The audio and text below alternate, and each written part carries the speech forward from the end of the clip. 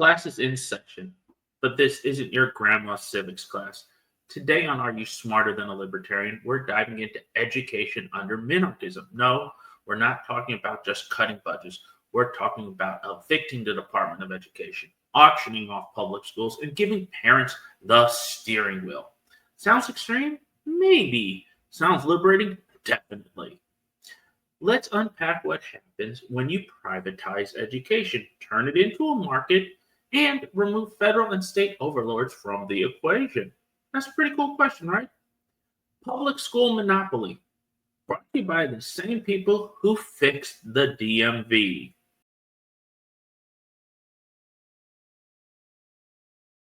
Yes, those same exact people that you trust with your money. Public education today is like a fast food chain, standardized, bloated, and barely edible. Except instead of burgers, we're serving bureaucracy with a side of what? It's a large side of mediocrity. Under minarchism, we replace government schools with private institutions, charter options, and voucher systems. Schools would compete like a business, not beg for federal scraps. No more Common Core. No more national testing bureaucracies. Just a free market of ideas. And before you scream, what about the poor kids? Hold on, we're getting there. Just take some deep breaths. Maybe have a soy latte. Just calm yourself down. Parents as CEOs finally back in charge.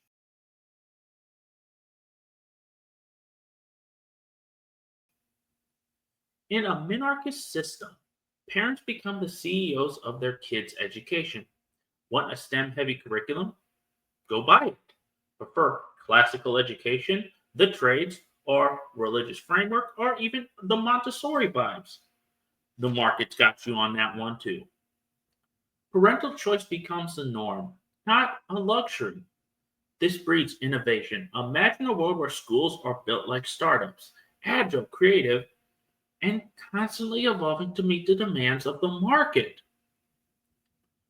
And if a school sucks, you don't get on a school board, you pull your funding.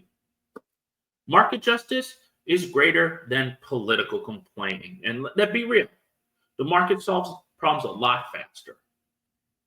Education, innovation, now with 50 flavors of freedom.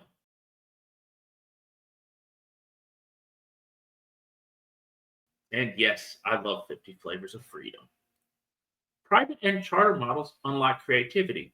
Think schools that specialize in coding at age 5, or schools that combine academics with apprenticeships, or hybrid models that mix online learning with, real world projects. Give actual hands on experience. I know, novel idea.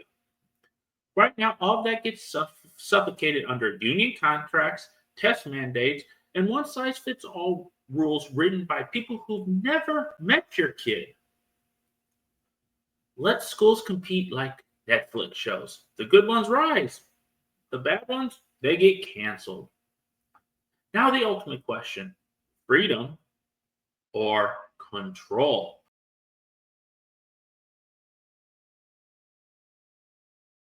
Which one do you want? I think you all know which side I'm on. I'm on the side of freedom. But hey, I'm going to be honest with you. There are risks to the system, as there are risks in everything, but without risks, there is no reward.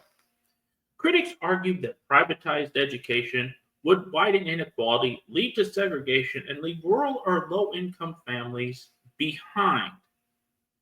And here's the thing, they're not totally wrong. If we're not careful, choice could become chaos, with elite schools for the rich and scraps for everyone else. Minarchism doesn't ignore this. It just trusts communities, donors, and markets and parents more than it trusts bloated government solutions that haven't worked since the 1960s. You can build scholarships. You can build community-funded schools.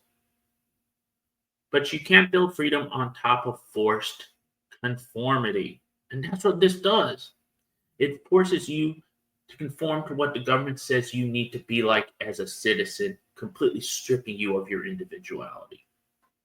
All right, now in closing.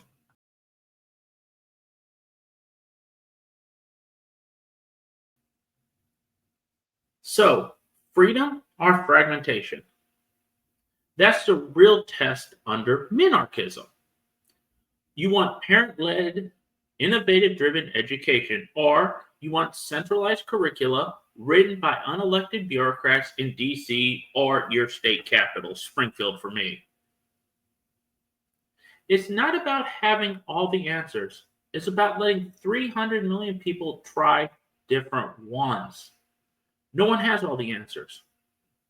Tomorrow, we tackle part 4, criminal justice under Minarchism, law without the Leviathan.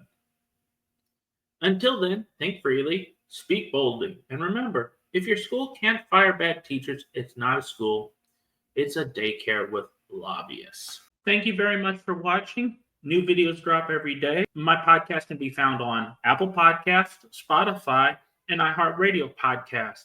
Until next time, stay free, stay informed, and stay accountable.